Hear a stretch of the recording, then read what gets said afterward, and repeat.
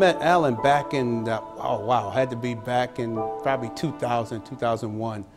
Met Alan Wilson working at the Bills game in the press box. I'm covering Challenger Community News as a sports director at the time. Alan Wilson was probably in his second year because he started back in 1999 as a sports writer for the Buffalo Evening News, for the Buffalo News. And it just gregarious. I mean, he's about 6'8", wide-body guy. I think at that time probably over 300 pounds for sure. Part of a national basketball championship Division II for North Carolina Central University. He was a very proud fact to show the ring of that championship Division II level. But he was just such a kind and gentle-hearted man. The thing I remember about Alan Wilson and his career here is, if I'm not mistaken, Alan didn't go directly into the newsroom. I think he was working down in advertising, and the tenacity that he had to get up in the newsroom and to prove to them that he had what it took to be there in the sports department. I really admired that about Alan, and he had actually several tours with the Gannett Rochester newspaper, working for both the Democrat and Chronicle and the Times Union. So he had an experience of being at the evening and the morning newspaper. And Alan just had a very nice, gentle personality. He was a big guy, which could be imposing to some people, but that smile that came across his face, it would just let you know that he wasn't out to get you in an interview. Everyone enjoyed him. No matter he had vision. He had presence. And anytime you were around him, you knew you were around someone really special and someone that really cared about not only journalism, but cared deeply about the African American community. I mean, he was a 5-time winner of the New York State Associated Press award-winning writer for sports columns and as a sports writer and a columnist. He was part of the Rochester Association of Black Communicators when he was here, and despite having a very busy sports schedule, contributed when he could, and really missed him when he moved on to Buffalo, but we knew that he was going on to bigger and better things when he was eventually able to have his own column and give people his own perspective on sports. And Alan, he would take time to talk to other people who were interested in journalism. Now, Alan, tell me, where are you from? I'm originally from Durham, North Carolina. Southern boy. Wow, North Carolina. So how'd you end up in Buffalo, New York? It's just a job. I think one thing in this profession, you tend to move around a lot. And, you know, I've spent my time bouncing up and down the eastern seaboard, from here to Orlando, Florida, and North Carolina in between. So I've moved around a little bit. Wow. So how'd you end up writing for the Buffalo News? Well, I was actually working in Rochester, and they gave me a call. I came up for an interview, and they liked the stuff that I presented to the table, and they hired me on the spot. So I mean, he had many awards. You wouldn't know that he had all these awards because he was just so down home and so everyday type of person that he really treated everyone the same. And when you read his articles would take you there. If he was at the Final Four, covering the Final Four in NCAA college basketball, you would think you were at the game. If he was covering the Super Bowl and reading the footnote and reading some of the interviews that he had before and after the game, you would say, wow, he would just really put you right there in the locker room almost. You could almost feel and see the expressions on the face of the people he were interviewing at those times. And he was also one of the founding members of the Buffalo Association of Black Journalists. And he also made you just feel like, wow, you were a part of the story. And I've been learning from him. I told him back then, I said, well, because I always read his column, I always would read his columns and say, wow, I could see how, wow, you just really take people to them and you get people really involved in your articles and make them feel like, hey, I was there.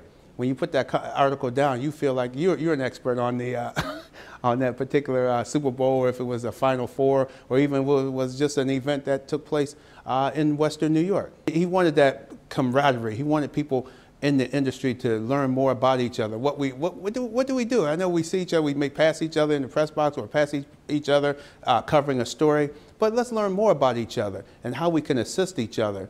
And no point more important than that was at my very first Super Bowl. I come off the elevator, I see I see Alan in the lobby. He said, "Ah, this your first Super Bowl?" I go, "Yeah, how do you know?" He said, "It's all written all over your face, George." I said, "Oh, okay." He said, "I tell you what, can you meet me at 4:30 in the lobby?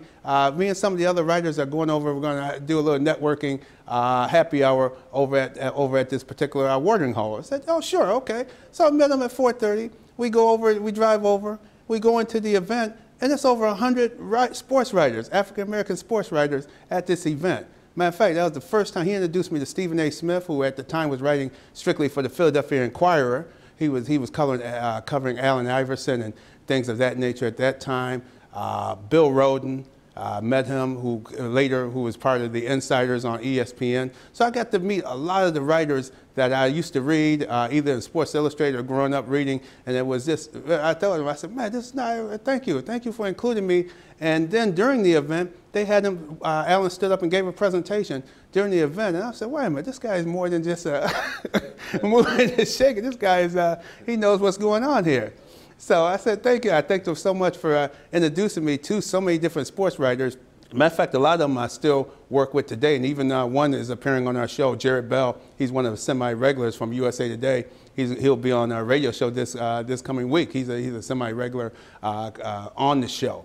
So then next thing I know, he says, "Hey, come join me for Sunday breakfast." I said, "Sunday breakfast?" I said, "Sure, okay, what time, blah, blah, blah." "All right, I'll meet you once again." He said, "This time, just come up to the second floor." So I come up to the second floor around 11 a.m. on Sunday morning, on Super Bowl Sunday, and all of a sudden I see all this security. I said, "Wow." And then Alan walks up. I say, "Hey, Alan." I said, "Boy, it sure is a lot of security up here. I see a lot of, look like Secret Service people and so forth." He said, "Oh, yeah, they usually gets like this from time to time." I said, "Oh, okay." So we walk into the breakfast, and we walk in, and lo and behold, it turns out to be Roger Goodell's Super Bowl Sunday breakfast for special invited guests. And we come in, and at the table, Alan has his own table with name plate on it and everything, name tent. We go sit at Alan's table, and next thing I know, coming over to the table, here come Jesse Jackson, Michael Eric Dyson. I'm sitting next to Jesse Jackson, Eric Dyson. We got a whole other group of writers and so forth, and we're all there talking and mingling. And Roger Goodell gets up and asks, once again, Alan Wilson stands up and he says, Alan says a few comments about the sports writers and how the writing has been projected and things of the future of how they could increase and enhance sports writers' availability to the players. Because at one time, players didn't have to do interviews. Now the NFL makes it mandatory that the players have to be interviewed by media. And Alan was on that committee that helped initiate that initiative, as I found out at the event. And he was very linked in and connected. And what he always said is, "George, I always want to bring my brothers and sisters along and get them to be my contacts, become your contacts." And he was just that type of guy. He was just a good down-home guy who was outstanding. He was very humble. He didn't shout about all the awards, and you wouldn't even know he was an award-winning writer. But those are two examples of how he took me under my wing, Pat Freeman as well, and we were able to go to these events, meet people that we still are working with today, a matter of fact, just because he said, "Hey, I want to help you enhance your career in the industry." And he's helped, I know numerous people that he has helped enhance their careers all across the country that were at these events that came up and thanked him and talked with him about different situations, and he would give them advice on, hey, what perspective or what direction to go in. So he was just great, and he was a great family man, married 16 years to Elisa, had a lovely young daughter. So he was a good family man. He was just an all-around good person that we, as the Rochester Association of Black Journalists, the Buffalo Association of Black Journalists, we all should be very proud that we had a chance, for those of us who had a chance to meet him, and those of you who didn't have a chance to meet him, Google him, look him up, read some of the information, and that would be your blueprint of how to be a successful and continue in the journalistic world that we live in today. Alan put up a very valiant fight with leukemia, and the outpouring from the Buffalo community was really something to see as he struggled with that, and even at his funeral. And I was at his funeral and just remembered the kind words from different coaches around the community, all who had nothing but praise for Alan. And Alan, while he was in Buffalo, he met his future wife, Lisa, and they made quite a team in sports. And I'm just going to really miss Alan.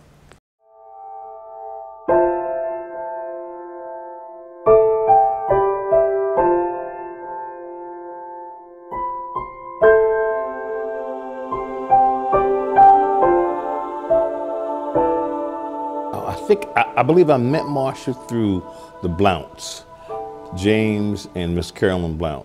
She did an article, as a matter of fact, this is a long time ago, when I was working on a program called PRISM, Program for Rochester for Students in Science and Math. She did an article on me for About Time, and then we just became friends ever since then. Back in 1989, first came to Rochester, talking with Marsha. Actually came to Rochester in 87, but I actually met her in 89 at one of the, Bawali had the festival, Omar Bawali had a festival, and it was part of the Rochester Association of Black Communicators at the time, which has now evolved into Rochester Association of Black Journalists. But at the time, we took part in the film festival, met Marsha at one of the events, and she has been a friend ever since. She started writing for the Challenger in 1990. We had to go back and look in the records, and we couldn't believe she had been with the paper since 1990, up until her passing. She wrote her column. I met Marsha Jones about 10 years ago, maybe a little longer than 10 years ago. She came into the store. She was in the process of writing a book, and during that time, we used to do workshops on publishing. And she came in and took a couple of the workshops. I first met Marsha Jones in the very first year that I moved here to Rochester, and that's 1987. We did a play together, and that's where Marsha and I would always meet at the theater and in different writing workshops over so many years, and also as mothers together. I met Marsha at a summer party. She was on her way to Purdue University, and I had completed my first year at Howard University, and I found out that she was going into communications, and we struck up a friendship from that point. I first met Marsha Jones in 1994 when I moved to Rochester. Channel 10, NBC, hired me as their chief meteorologist, and it was through her that I began to meet the people in Rochester, the journalists, the other journalists, and from that first time that I met her, and I'm pretty sure it was at a Rochester Black Communicators event, that I began to meet the other people, the people in the government, the mayor's office and so forth. So she was a vital connection that I made here in Rochester, and we hit it off. She just knew stuff. I'm one of them people that like to know stuff, and she really had the 411 on a whole bunch of different things, and her ability just to just have a conversation with you, and her writing style, I kind of like that. I like how she used to write.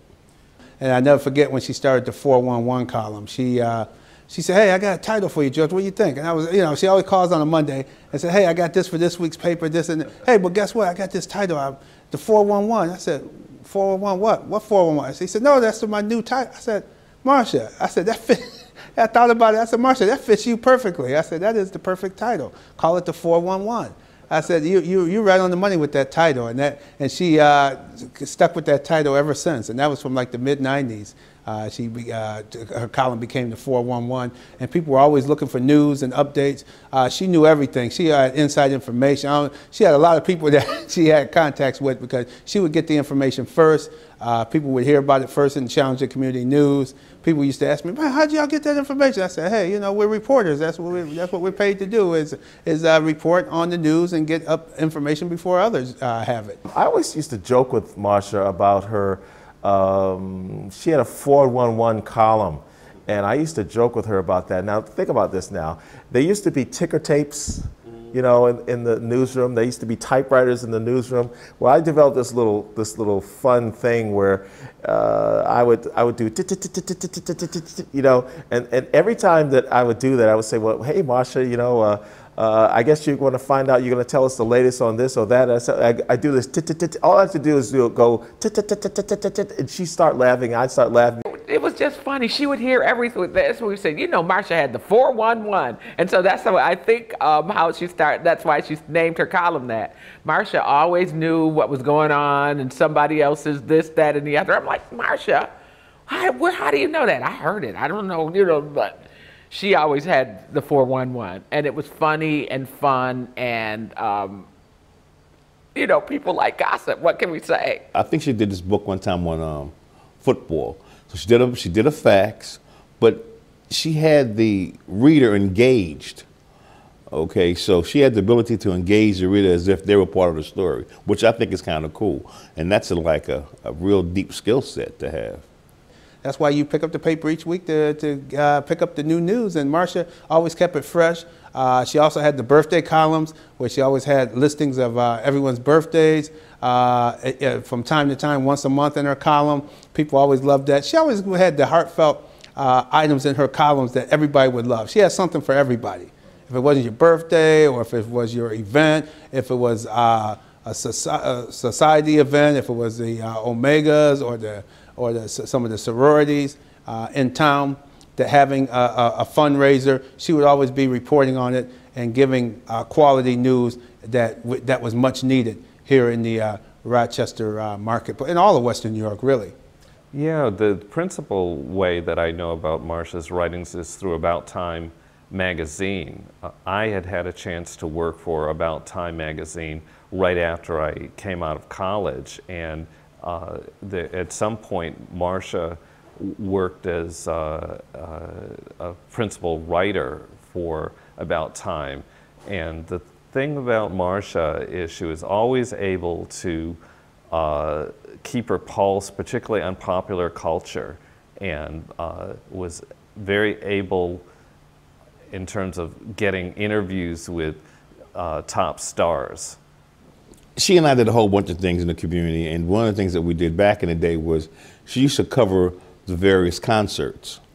And I remember her covering Bernie Mac and Bill Bellamy, some of the top comedians at the time, and we were at a concert. She was interviewing, I think, Mary J. Blige and Ice Cube. So she was always there in the know, and she always had the knack, like I said, for the 411 to know who was doing what and where before flow was flow, it was Marsha Jones.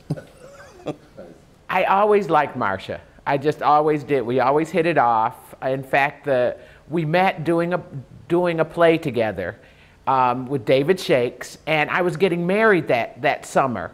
And so she and I shared the same part. So we played a very mean and stern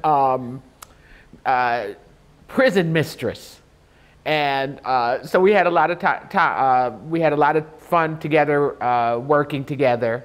And even though it was a cruel part, both of us think we're kind of funny. It's just the way that we look that we got that kind of part, you know. So we also shared that people would say, yeah, you know, why do we always get to play these kind of mean roles? Well, we're really kind of funny, you know. So I've known Marsha for so many years. Later in life, as she started getting into books and becoming an author, boy, she really took that title as author very serious.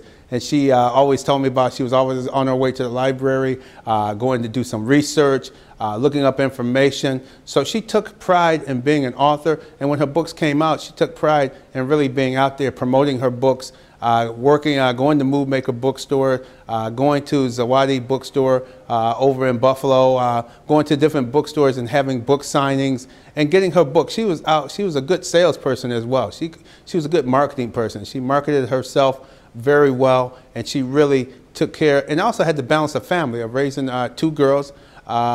She really had a balance in life. She was always on the go, but she always took family time to raise her kids as well. One of the things Marsha was very proud of was her Caribbean heritage. She was, you could see her march in the annual West Indian parade, the Caribbean parade that's held in Rochester, and I think that's something that she also passed on to her children, and that very important part of who she was.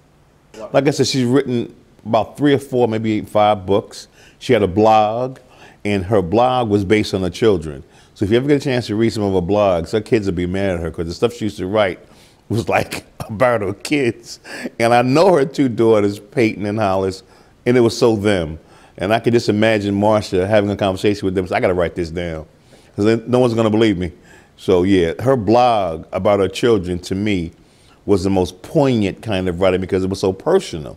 And for her to share herself and her children, I thought that was tremendous.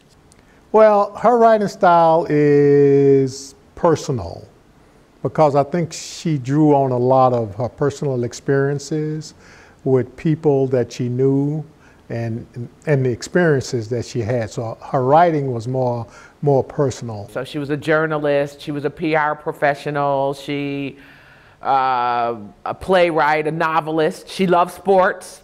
Oh yeah, on what's going on with Brown and Allen on Sunday mornings. Even when Nate or someone or myself would be out of town, when she anchored the show, she took pride in having. She had her notes, she had her information, she had the guests lined up. She lined up her own guests and everything, and she did her homework. And you could tell when they come on the air, she had her questions and did a very thorough interview on the show. She seemed to have also had like a good sense of humor too. How would you describe her humor? It was, like I said, she was a part of the guys. So on my radio show, for example, it would be me, George, Kevin, Joseph Hill, and she was the only estrogen in the building. And she took advantage of that. So she could hang right there with the dudes with no problem. And even as you got closer to when you could see she was ill and not quite herself, health-wise, she would still come to the show, do her segment, have it all well written, have it produced, ready to go, and she would always come on the show and do what she had to do to get the job done. And if you were a listener during that time period, you wouldn't even have any idea that she was sick or under the weather at all. That's just the type of professional that Marsha Jones was. She would come to the show every Sunday, and she had a stroke, and despite the stroke, she would get up in the morning, and it'd be cold some of those winter mornings, and she would make it to that radio station, and she would get up on that show, and as if nothing was wrong. You would never know it unless you knew her.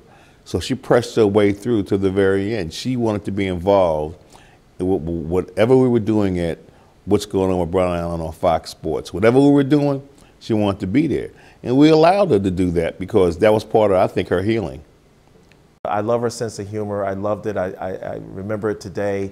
And she was a very intelligent woman, and she was most proud of her, in later years, she was certainly most proud of her children. And I admire her tenacity, and even in her later years when she was, had the illness, she would come to our RABJ meetings. She'd have her cane, and she came, and she was quite a fighter. I think if you know anything about Marsha, you know she was dedicated. If you ask her to do something, she would definitely go out of her way to get it done. If she started a project, and I can only speak for the plays that she did, she was definitely going to finish those plays come hell or high water. But she was a very good person. And she was a very just outstanding person, just a good people. I mean, she was good to be around. She always had knowledge on everything, not only sports. I'm a sports person, but she also had on the arts, world news, the whole 9 yards. She was just real good people, and she's been missed a lot.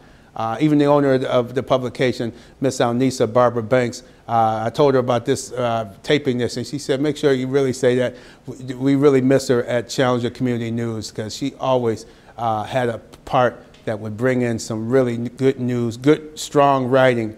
And it's hard to find that today. It's people with really dedicated and really able to write, and write with quality and with style. And she had a way of taking you to an event. You would think you were there after you read some of her columns.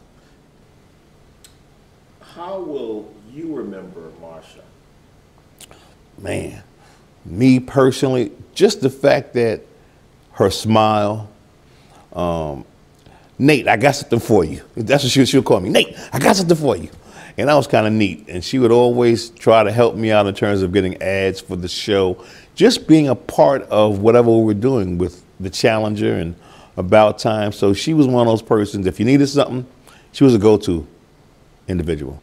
Oh, she'll be missed. Rochester misses her greatly with her knowledge of Rochester, her columns, her updates on what's going on in the African American community, in the community in general. Her tenacity is really missed. She was very tenacious. She would definitely get the story. She would follow up on an article if it was something she wanted, and someone said no.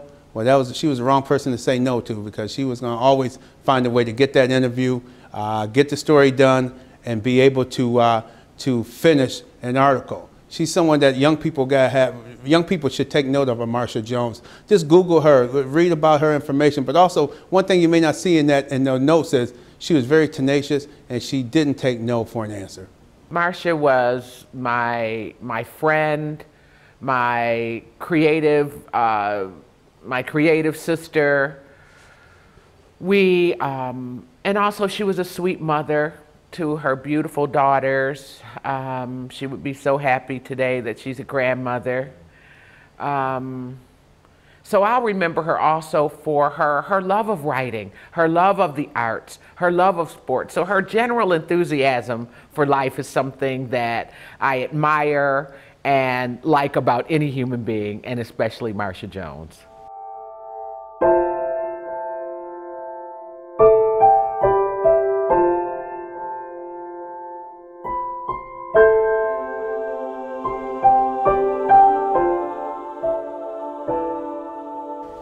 Yes, as a matter of fact, I met Miss Marietta probably about over 10 years ago at 103.9 WDKX. She was introduced to me because she had these ideas in regards to how to empower women. She felt that a lot of women came to her asking her for advice or direction or how to promote themselves to their next level, either academically or professionally, or with their entrepreneurship spirit. So she was thinking about what she could do. So she brought together a group of women from all walks of life, different areas of professionalism, and started to brainstorm and how she could impact them in a larger way versus one-on-one. I met Marietta in church at the Mount Vernon Missionary Baptist Church back in about 1973. Yes, it will be more than 25 years ago, and I met her in church, and for the longest time I didn't know who she was, but I would watch her every Sunday as she would enter the sanctuary with this sort of dignified elegance, and then having occasion to work with her on different events and committees at church. I got to know her. She excelled in one-on-one. Those were the times that I, really, really relished having her look at me and talk to me. Just an incredible spirit. And the thing that I really relished the most, or really treasure the most with Miss Marietta, is that she didn't have to speak loud. She didn't have to talk loud. She chose her words carefully. And you understood both the meaning of the words as well as her spirit that she attached to them and the way that she shared it. When I met her and she was really developing the concept for women to women, she put it together with this core group of females that said, we can do this. And instead of it being a one-session event, it ended up being a spring and a fall event. The spring was designed to really help women look at their own wellness and their own well-being.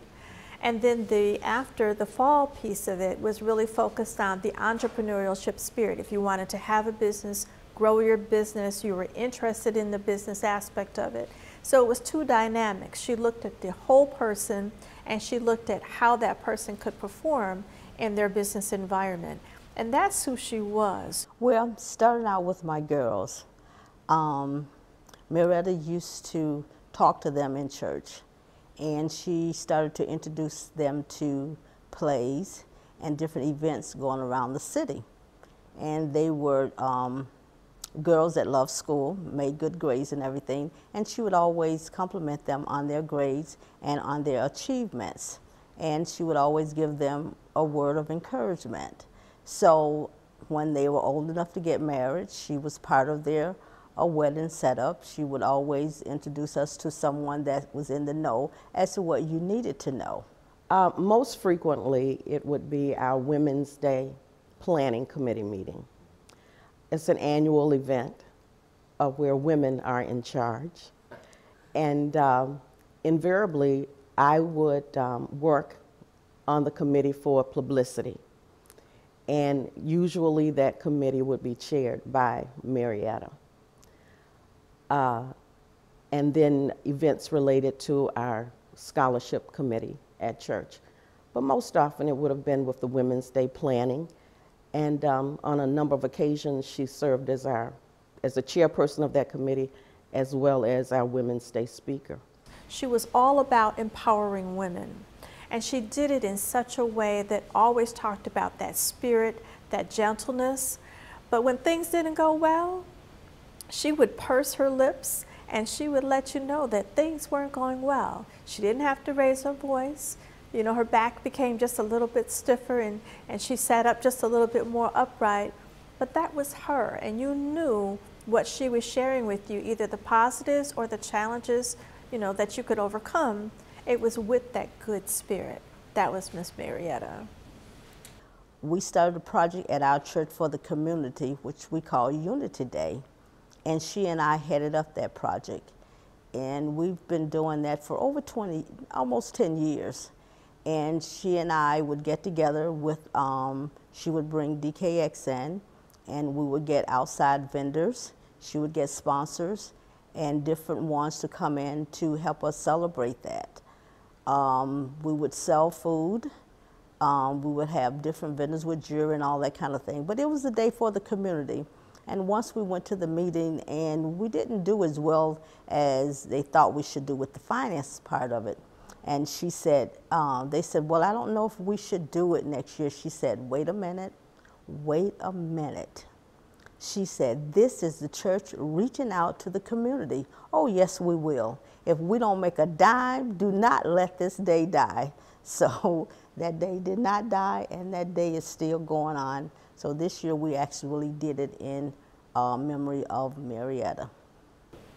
It was Women for Women, and it was for women, by women, developed, supported, all volunteers that we would get together and meet usually on a monthly basis, and it would culminate with the Women for Women in the springtime, which was for their spirit, you know, how to empower you. Are you managing difficult situations in your life? Are you looking at different ways that you can grow academically? That was the first phase. And then in the fall was the second phase, which really looked at developing those business acumen, the skills, those networks, the opportunity to really, really fuse together what your idea may have been to become a businesswoman and then actually bring it to fruition. She brought in so many different partners that actually added so much value. So you had a wealth of information right in front of you. And then from that, that's when the dynamics began. How many people really circled back to her to say, this is what I've done since I attended this session, was just astronomical. The number of new businesses that were started because of her, bringing that network together, that built that sense of empowerment together, was really, really incredible. And then the other piece that happened normally in April was about the spirit. You know, how could she help heal you? So if you went through a challenging divorce, or if you were facing, you know, your own health issues, it was all in regard to your spirit. So she looked at how could she help heal that spirit. Well, she always told us time was money. And she said, when you go to do something, you have to build in everything, the time, the cost. And she taught the young ladies, which they all remember, dance to the beat of your own drum. So she taught leadership, and that's what the kids are doing now. That's what they're remembering her as, being a leader, doing what you want to do, not what you've been told to do in some senses when it makes sense. So the encouraging words which still resonate in their mind and in our mind, and especially in mine, because I remember, always push forward, she says.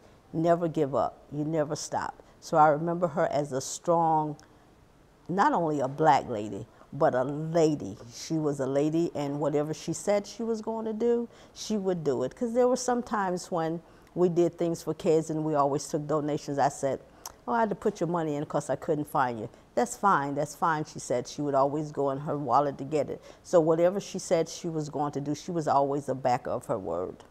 Marietta Avery was my boss, and she was also my friend at WDKX. Mr. Langston hired me a few years after I came to Rochester. I was hired in January of 1999. I think one of the greatest mentors that this city has known, and that would be for people from different walks of life, the young, women, young girls, men. I hear men often saying how she served as a confidant, a teacher.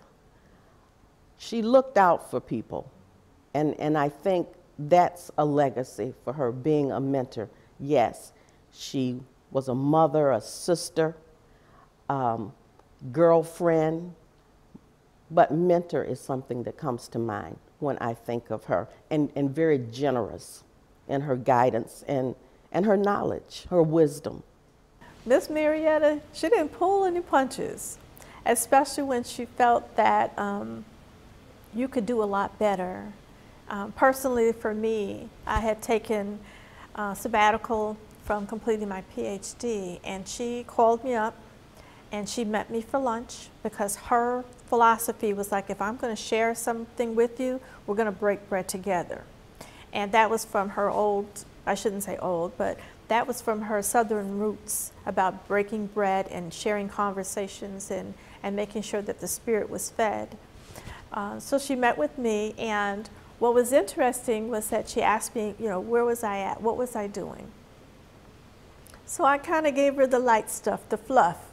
And she pursed her lips together, and she looked at me and she was like, you know, so when are you going to do it? So within that next hour, once I finished up with lunch with her, I just went right back, went online, and re-engaged the enrollment process to complete my PhD, for which I did. And I really owe that to her, because she asked me, what was I waiting for? That was one of her key words. What are you waiting for? And it just prompted you. So when you took a look at just my experience, but with the young folks, she was energized by them. She really looked to them to say that it increased her energy, as well as realizing what she needed to do. She did back to school rallies where people were really looking and had a need.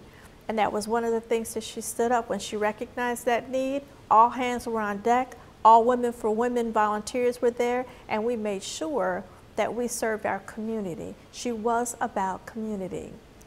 She was a real businesswoman, and yet she came off being very personable in her dealings on an individual basis or a group basis. When I first saw her, I knew that she was an individual of authority and power, and yet she didn't flaunt that. But you knew that she had influence, but she used it for serving others. That was one of the greatest learnings that I had. I remember occasions I would have to call WDKX to speak to her. And she would return my calls immediately. Now, you know, this is coming from the top executive there at the station, and yet to respond to me in that way, that was really gratifying and encouraging. She always said, you know, they would always think that she could just pop her fingers and something would happen. She said, no, it doesn't happen that way. You always need a sponsor. So she taught actually us how it actually operates. Just because you ask me to do something does not mean it just happens like that. So she actually explained and showed us how you actually get a commercial on the radio. And I knew that when I talked to her, I always got good, sage advice from Marietta. And I really appreciate that. And the thing about it is that I learned that the advice that I got from her, it was good that when people came to me for advice, that I passed on sage advice to someone else. So I think that's something I learned from her, that she had a lot of experience in sales and advertising, and was a wonderful professional at what she did. She did it very well, and a good, fine example. And I learned a lot from her, just being in her presence, talking to her, she'd tell me about deals. She really focused on what the goal was, and the goal was always to inform the community, no matter what the format, either over the air or doing different initiatives that brought people together, especially for her when it came to women. She was also the station's historian.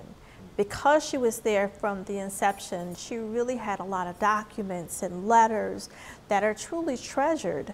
It was not an easy task, and she would tell you from the beginning, just by her understanding the process and understanding the vision, she was fully there to give her support, lend her support, as well as her garnering that expertise. She received a degree from the college that she went to in Atlanta, but that wasn't in radio or communications, but she found her way.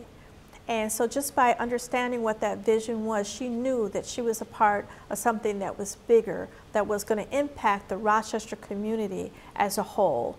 And that's why she stayed as long as she did, to give as much as she was able to give. That is something that's truly incredible within itself.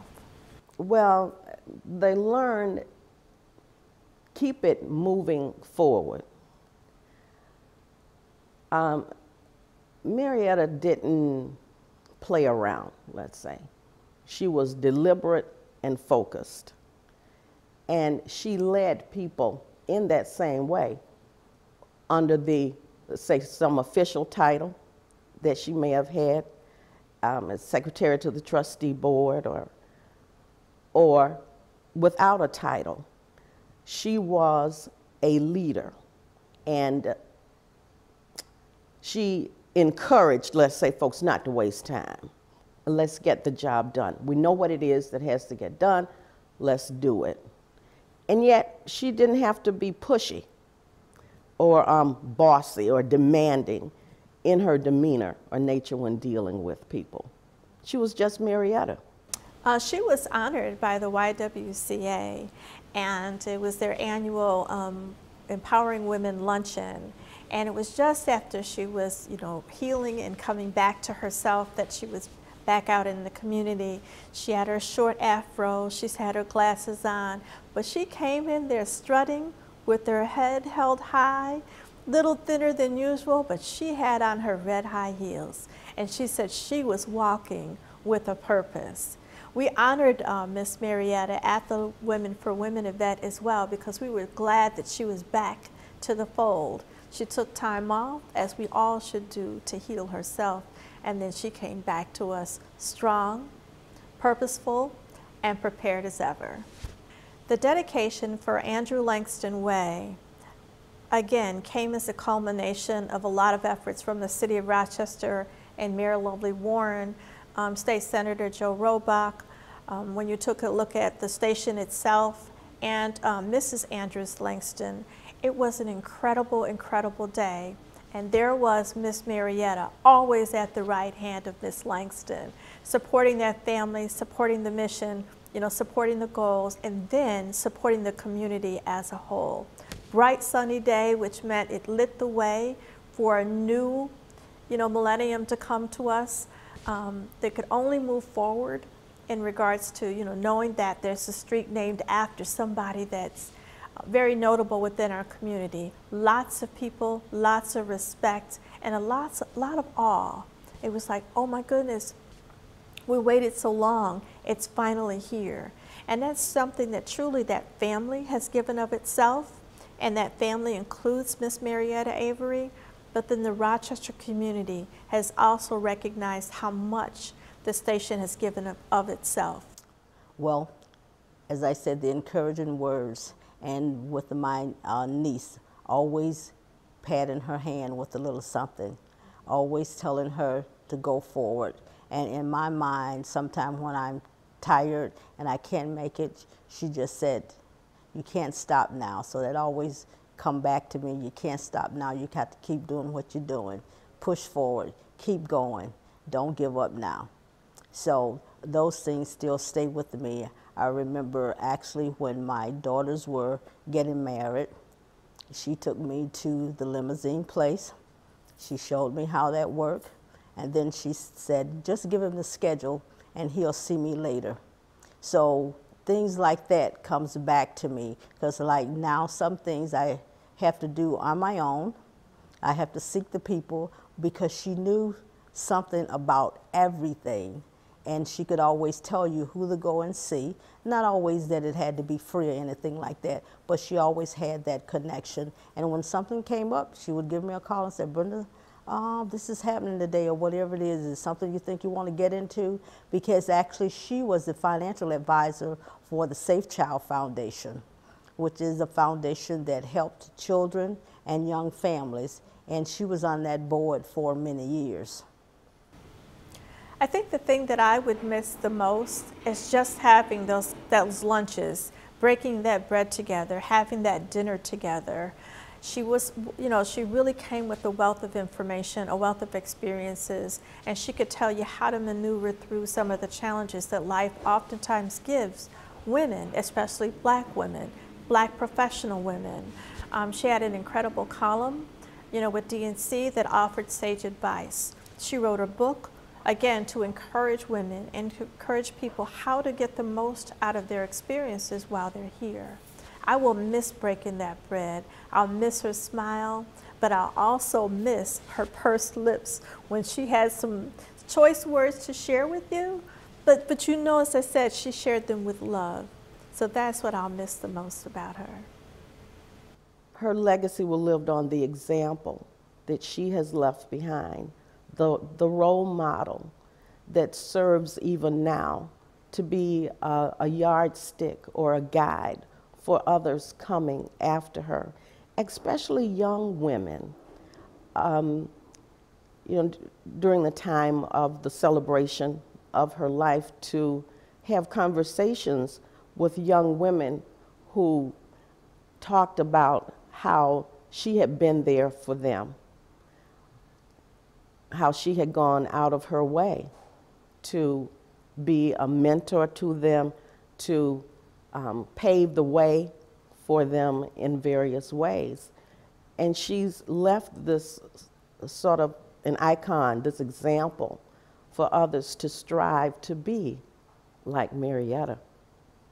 So I think it's a gain. We lost her, but that legacy is here, that legacy of excellence and leadership.